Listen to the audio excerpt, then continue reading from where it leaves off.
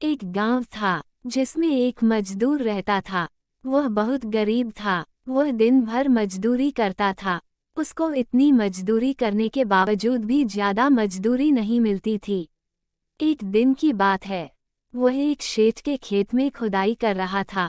खुदाई करते करते उसकी कुल्हाड़ी एक चीज पर पड़ी। उसे लगा कि जमीन के अंदर कोई बहुत कीमती चीज है। उसने उस जगह खोदना शुरू किया। बहुत समय खोदने के बावजूद भी उस चीज का अंत भाग नहीं मिला। बहुत समय खुदाई के बाद एक बहुत बड़ा पतीला जमीन में से निकला। पतीला इतना बड़ा था कि जिससे एक 700 लोगों का खाना बन सकता था। वह बहुत उदास हो गया। उसने सोचा कि इतनी सारी मेहनत करने पर भी एक पतीला निकला।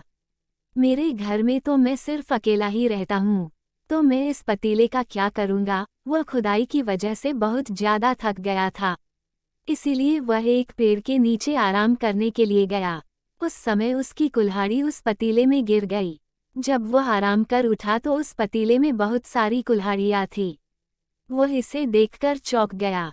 उसने आसपास देखा तो उसे कोई ना दिखा।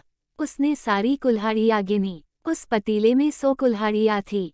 उसको लगा कि यह कोई मामूली पतीला नहीं है, जरूर यह कोई जादुई पतीला है। यह पतीला जादुई है कि नहीं, इसके लिए उसने उसमें से एक कुल्हाड़ी को पतीले में डाली। वह एक कुल्हाड़ी थोड़ी ही क्षणों में 100 कुल्हाड़ियों में बदल गई।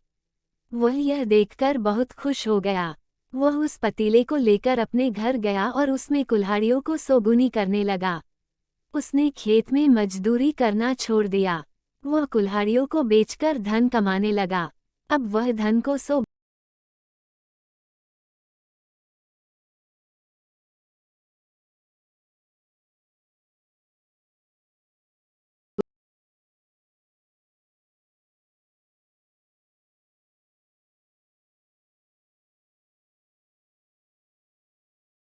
पतीला मेरे खेत में से निकला है, इसीलिए यह मेरा पतीला है।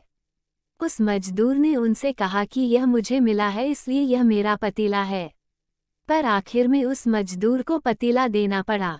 पतीला चले जाने पर भी वह मजदूर उदास नहीं था, क्योंकि मजदूर ने सोचा कि अब मेरे पास बहुत सारा धन है जिससे मैं बिना कुछ करे बहुत ऐश्वर्य भरी जिंदगी जी सकता हूँ।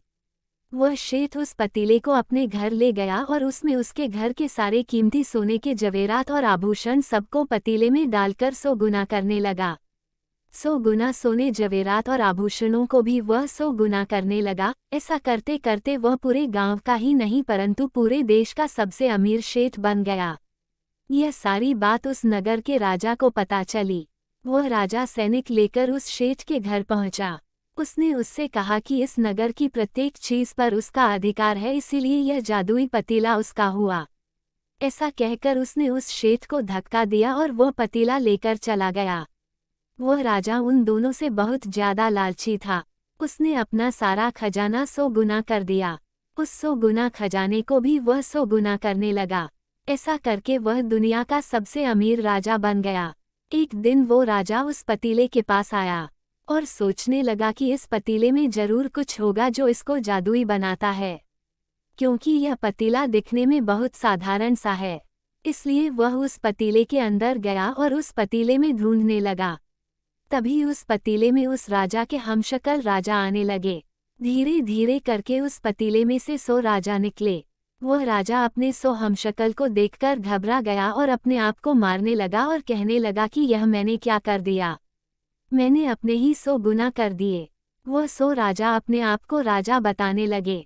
वहाँ जो सही में उस नगर का राजा था उसने कहा कि मैं इस नगर का राजा हूँ, तुम सब तो सिर्फ मेरे हमशक्ल हो, इसीलिए तुम लोग चले जाओ। पर उनमें से कोई भी ना माना। यह बात बहुत बढ़ गई।